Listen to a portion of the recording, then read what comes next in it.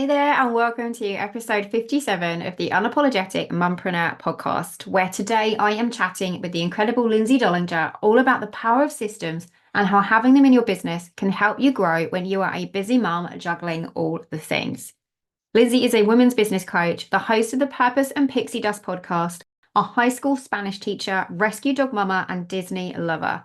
She helps women with productivity and strategy to grow their business, grow their audience, increase their authority, and monetize their expertise, all with a little pixie dust thrown in. Lindsay and I have so much in common, and I just love her energy, generosity, our mutual love for all things Trello, and her amazing, fun, and simple strategies for building a business that you are obsessed with.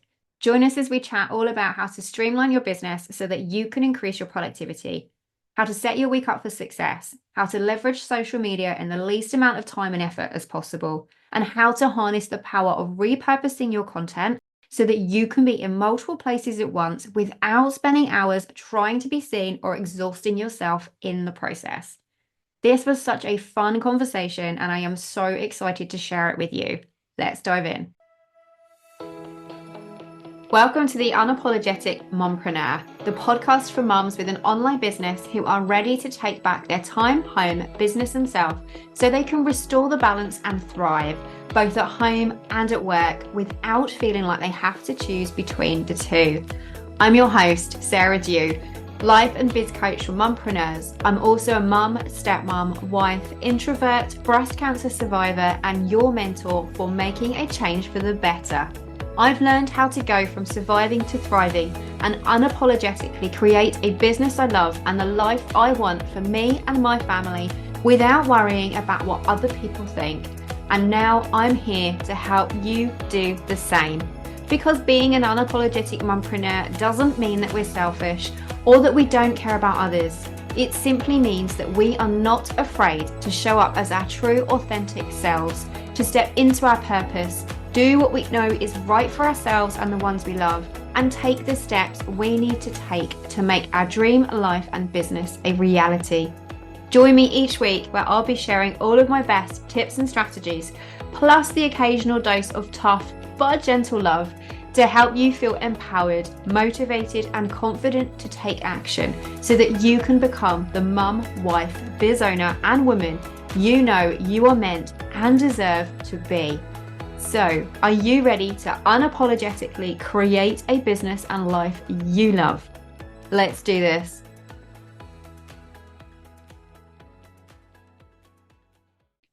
Hey, Lindsay, and welcome to the Unapologetic Mompreneur podcast.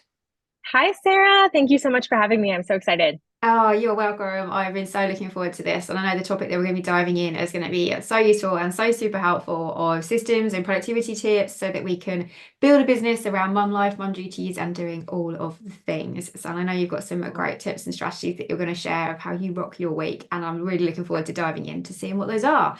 So before we do all of that and you share all of your goodness, do you want to just share a little bit about you, just in case people haven't met you before, what you do, your family, and kind of how you've got to where you are doing what you do now? Yeah, oh my gosh. Okay. I love that question because I ask that question of people myself. And then when it's actually your turn to answer, you're like, oh my gosh, where do I start? I know. So yeah, as Sarah was saying, my name is Lindsay Dollinger. I live in the United States. I'm in Ohio. And full time, I'm actually still a high school Spanish teacher. So I go back to school in a couple weeks. But I also very much full time run my online coaching business, and I'm a podcaster. I host retreats. I do all sorts of things for women. And that really started for me in 2016. My mom passed away in 2015, the year prior, from a very long journey with breast cancer. And our family is just very close. We've always been really close. And so when that happened, it wasn't unexpected because, like I said, she had had cancer for so long, but it really just broke me. And honestly, it's like there's like a version of me when she was alive, and then there's like this other version of me after, because I just felt like I needed a shift. I needed a change. I needed something different. I felt very, like, for lack of better words, like trapped in everyone expecting me to be like happy Lindsay and old Lindsay, and there was a piece of me that wasn't there anymore. And so it was really hard for me to cope with that and deal with that. So long story short, in 2016, I started I didn't start a marketing company. I joined a network marketing company.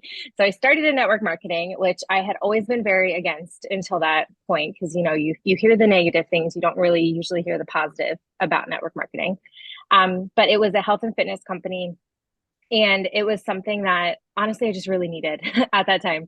It was new people I was being introduced to. I was moving my body, so I was getting in better shape. So I felt better. And I also started with personal development because I had never before read, any personal development books. I didn't even know podcasts were really a thing. And that just, opened up a whole world for me, basically. And I got really good at network marketing pretty quickly. I earned the trips. I worked my way to the top. I actually ended up switching companies, was able to build the same thing and bigger at another company. And I realized that the piece of the network marketing that I really, really loved was the online business piece, was the teaching women how to build a brand, teaching people how to build a community, social media, those pieces of it. It wasn't necessarily ever about selling a certain product for another company. Like that was great. And I liked the products, but I was more about the women in the community for me. And so when people started asking me like, hey, how are you doing this? And you're not spammy and salesy and tell me your secrets. And they weren't people from my team, kind of a light bulb went off. And I was like, oh, I could coach women on how to build their network marketing businesses. So that's actually how I got started. I started a podcast. It was called the Social Selling Sisterhood podcast back then, and it was for women network marketers. And then I started having people come to me who were not network marketers.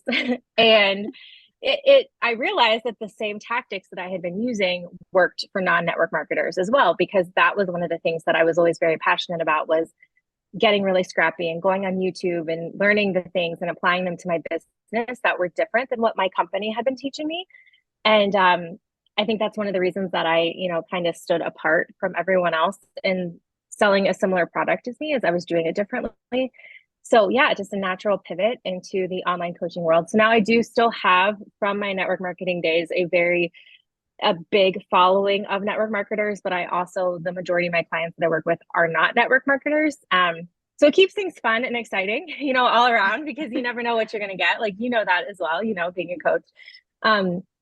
So yeah, that's a little bit about my journey, and it's just really naturally progressed and pivoted. And, there's been some tears along the way, like closing some journeys, because I'm no longer with that network marketing company anymore. And it served its purpose for sure. And opened up the door of business coaching. So yeah, that's a little bit about me. Amazing. It's just incredible, isn't it, how our journeys just kind of hone and pivot as it goes along, and you pop out and things change, and maybe not necessarily initially in the way that you expect, but you find yourself where you are. And it's very similar to me, that when I started, my brand was A Simple and Contented Life, and I rebranded last year to the Unapologetic Mompreneur when I launched my podcast. But mine has started out as, I'd had a business previously before I had my boy, and then I once being stay at home and retrain, and I then started sharing my blog from my journey of my breast cancer and recovery. And that was then all about life more intentional. But even though I'd coached and mentored people for 20 something years prior to that, I hadn't thought about coaching as being what my business could have been. But like you, people were coming to me and going, how do you do this? How can you get started? Can you show me? And mine is exactly the same. It's just ended up morphing into a coaching practice, and became certified as a coach during lockdown. But when I first started, I would never have envisaged that that's what I'm doing now. But I absolutely love it. It's incredible, isn't it? How the journeys just take us, and we don't expect, where we're going to head. But yeah, brilliant. But I'm guessing with all of that, we need to be able to have things in place to get, to be able to manage our day, juggle all of the things. We need to have those like systems and strategies in place, don't we? So that we can do that. So I know you're going to dive into some of the systems and things that you have and love, and how to get started with those, and how you set your week up for success. But before we do that, and if maybe we're feeling like we don't quite have systems in place, or we're not really sure whether it's actually worth it, and it's kind of in that winging it stage at the moment, why would you say that we actually need systems in our business, and how can they help us to actually juggle all of the things, especially as busy mums, or like yourself as well? You've also got a full-time job. Right. Yeah. That's such a great question.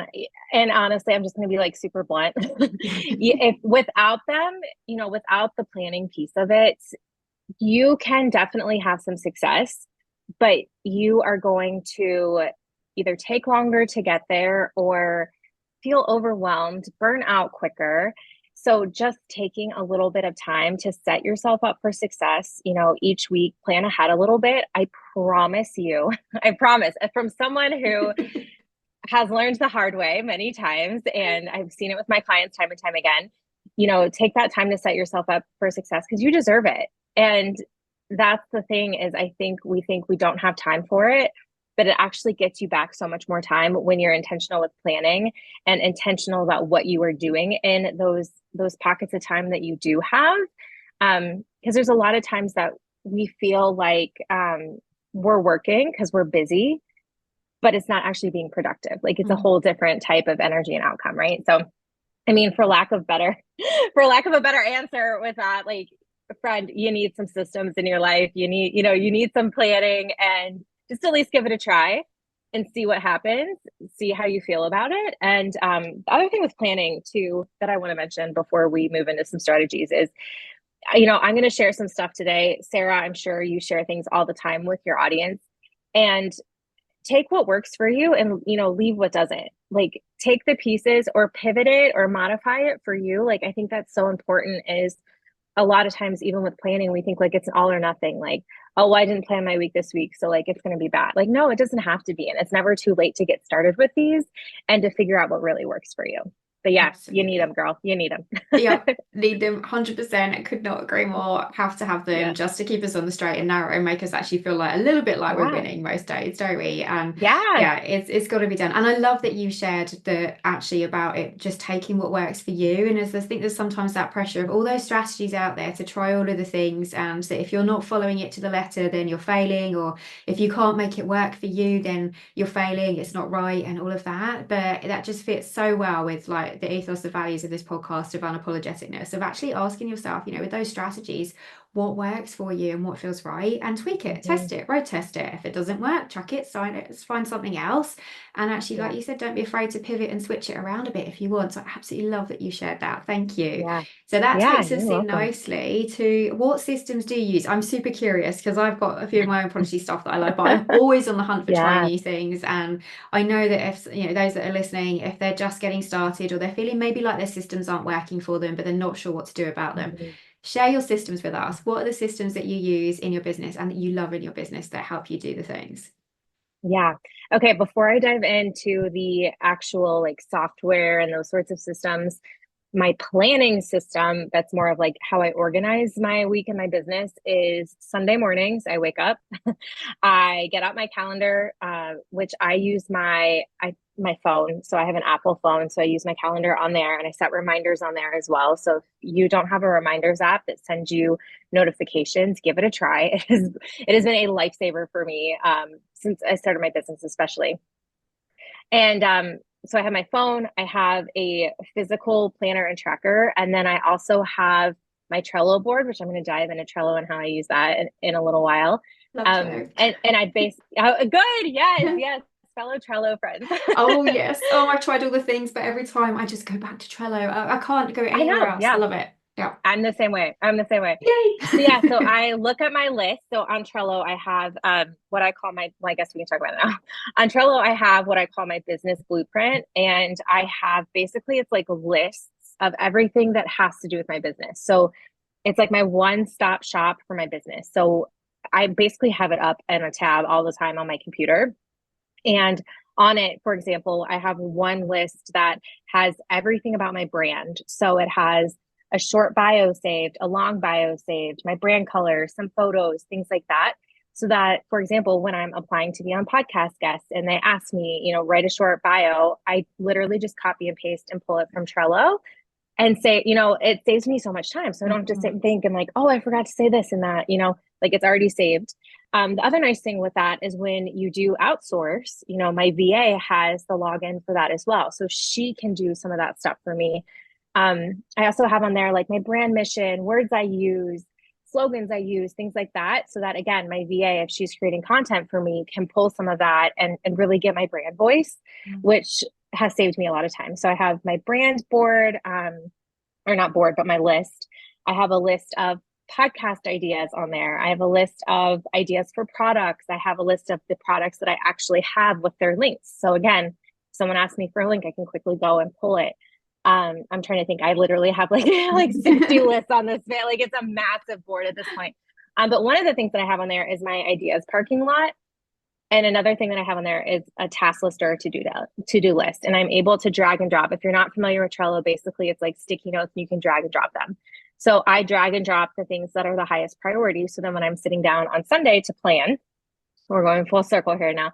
When I sit down on Sunday to plan, I can pull out my top 3 things that are my focus for the week. And sometimes it's 3. Sometimes if I'm in the middle of a launch, it's 1, right?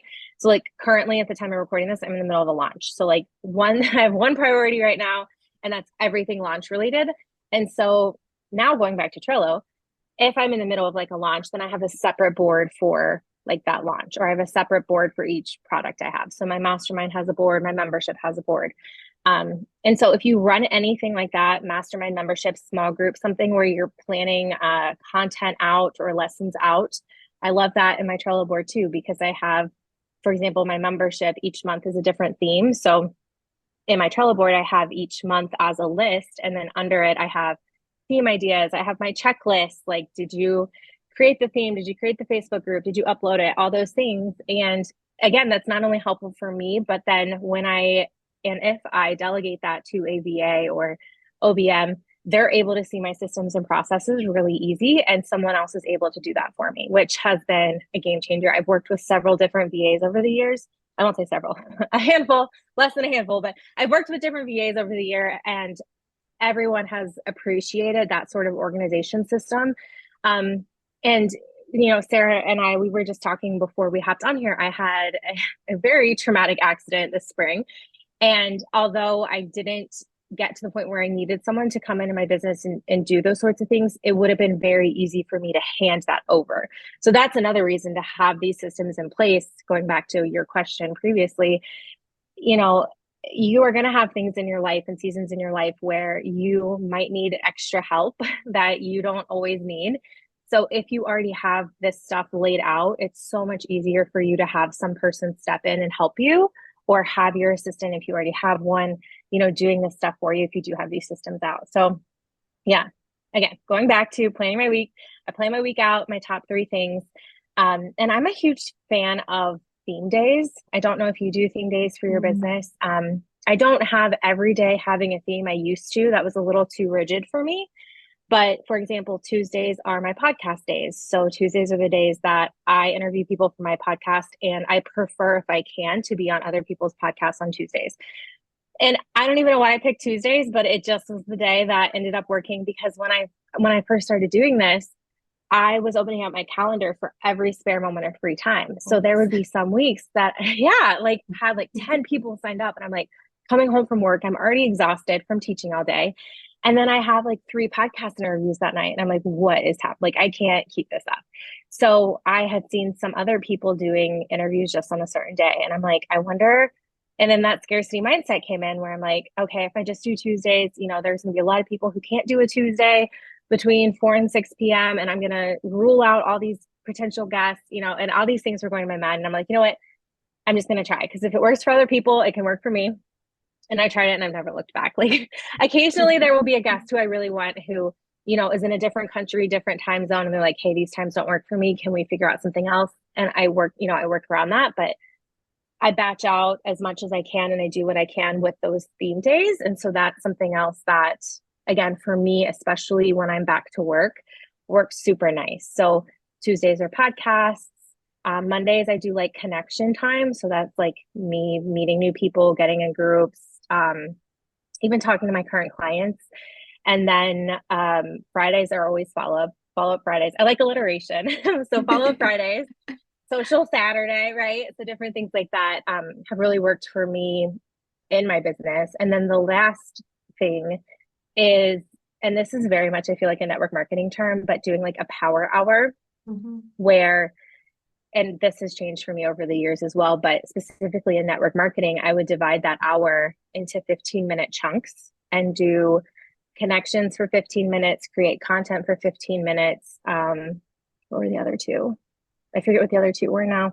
That's so bad. It's been a hot minute, but that's how I started doing it. And then now it will just be a focused hour of work time, where I pull those tasks from my Trello board, turn off notifications, laptop goes do not disturb, so that every time I get a notification of an email, I don't get distracted, and just fit the work in when you can, and when your energy is the highest. That was the other big piece of me for productivity, is really figuring out, when do I have the energy to show up the way I want to show up in my business? Because people can feel that. Like if you're just pushing out a piece of content to push out a piece of content, or you're sending a message because you feel like you need to and not because you want to, people can feel that on the other end. So that has been the other thing, is juggling that and being really self-aware of when I will have the energy to do those things, and making sure I am scheduling myself appropriately.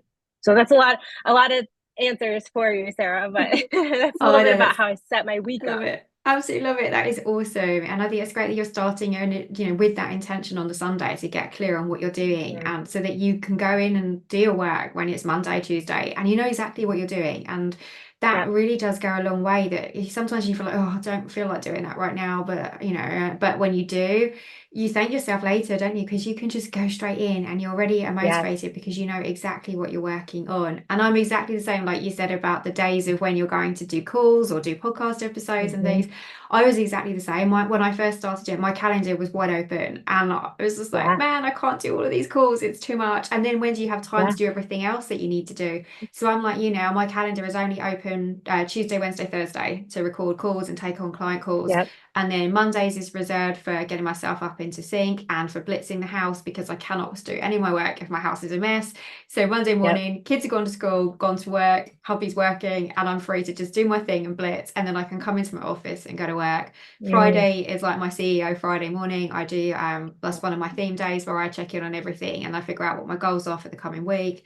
And then Friday afternoons are 9 times out of 10, I don't always do it, but they're like my afternoons for myself before my boy gets home, so that I've had a bit of time for me before the weekend. So yeah, I think it's very, very sort of similar of having that rhythm and routine, don't you? I think, to do it. But absolutely. I mean, I think we could probably together do an entire episode just on Trello itself, because we're like real Trello lovers here. But I feel like Trello is my brain, and that everything from my brain is into Trello. And whether it's, again, like Lindsay mentioned at the beginning, isn't it? It's like you said, just, if you find what works for you. So if it's Asana or ClickUp or all of the others that I can't remember right now, but find the one that works for you, and don't be afraid of trying a few things, because I went off and tried all of the different ones and I still come back to Trello and I love it. I think, like you said, it's visual and I'm a visual person, and having those notes where you can chop and change and move is such a game changer. And I've got boards for all of the different things, but I love the idea that, I think a real like massive productivity hack that you shared there was that Trello board of all of the brand stuff, of having your bio and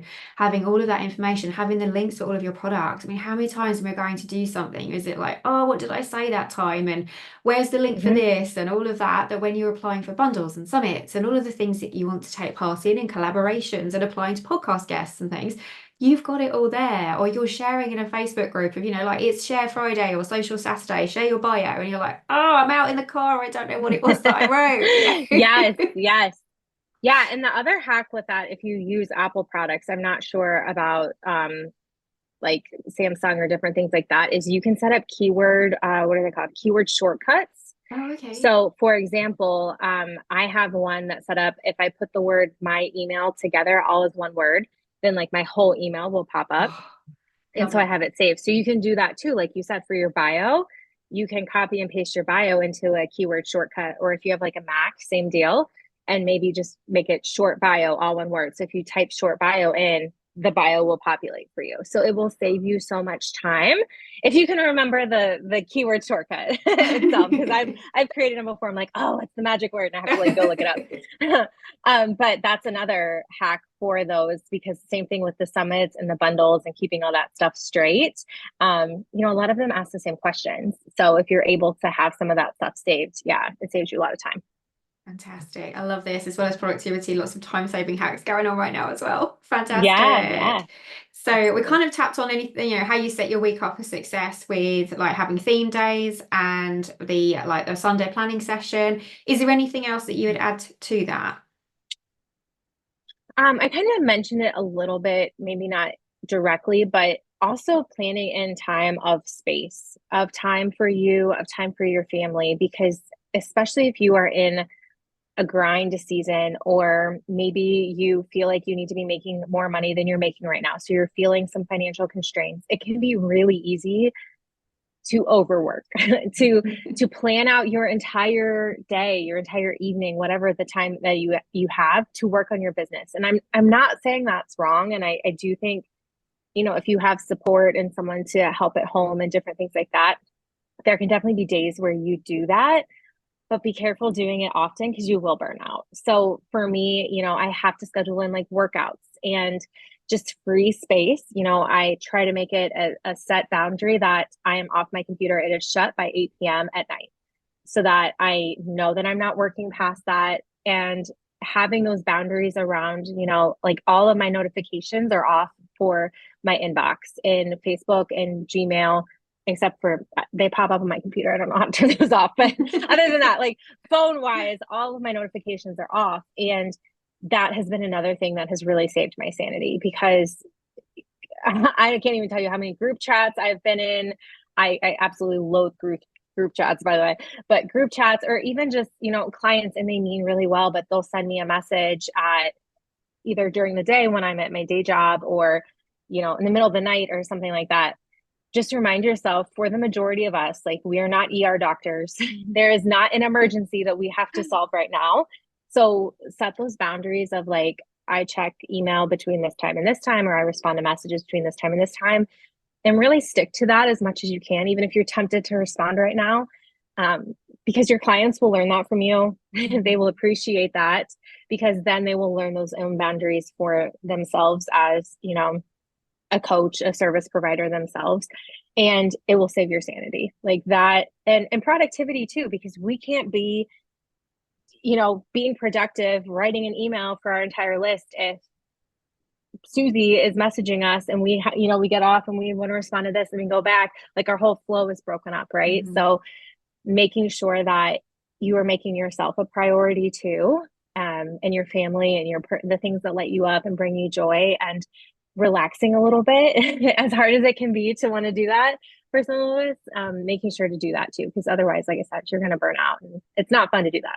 No, definitely not. Absolutely. I totally agree. And I've hit burnout a couple of times in my business, and particularly in the early days, because I thought that I had to be working every hour under the sun in order to succeed. And I'd be there in the evening on the laptop and whenever I could. And, as mums, we find it hard anyway just to take time for ourselves, don't we? Because we feel like we're neglecting family and that mum guilt and everything else. And then we want to work all the hours on our businesses too, because it's something that we're passionate about. So taking that step back can be really hard sometimes.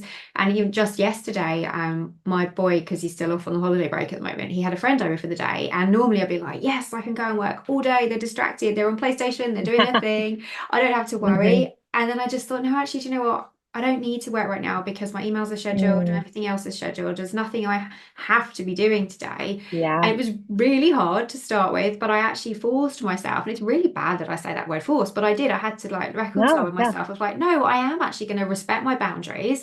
I'm going to take this time out. And I just started we'll see how it goes, especially with the British weather, which is actually raining right now.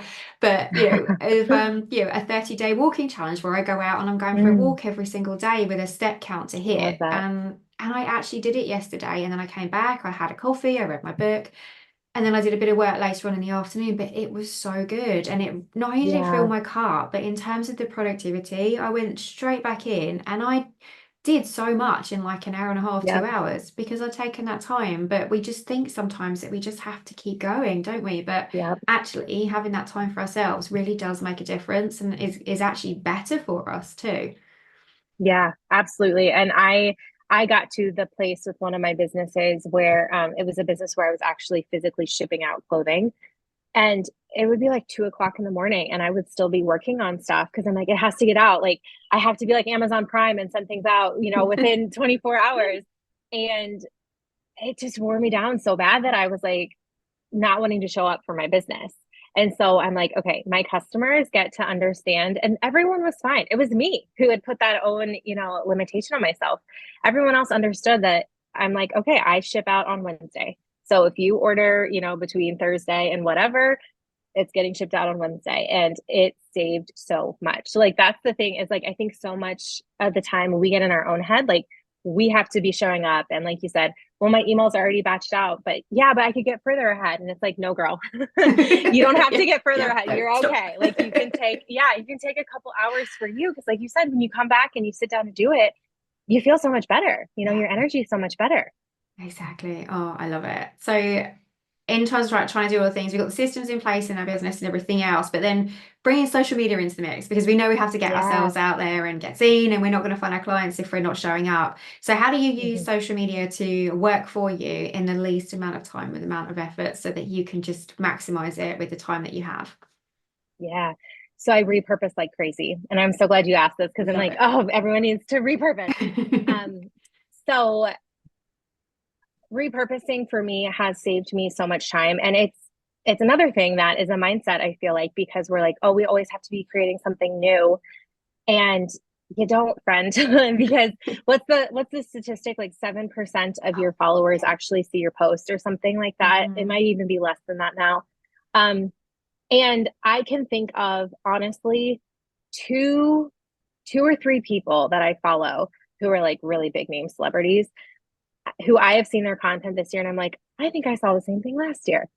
But I still follow them and it still resonated and Mhm. I remember it because it hit home last year, right? Yeah. When they had posted it. And um so like that's the thing is like if people remember it, like that's a good thing because you're keeping your messaging consistent and it's hitting home with people if they're remembering it. So I think allowing yourself to repurpose. So let's talk about how I actually do it. So and someone taught me this a long time ago, and I don't remember who it was to give them credit, but they said start with long form content. So, like a blog, a video, a podcast, and then break it down into all the smaller pieces.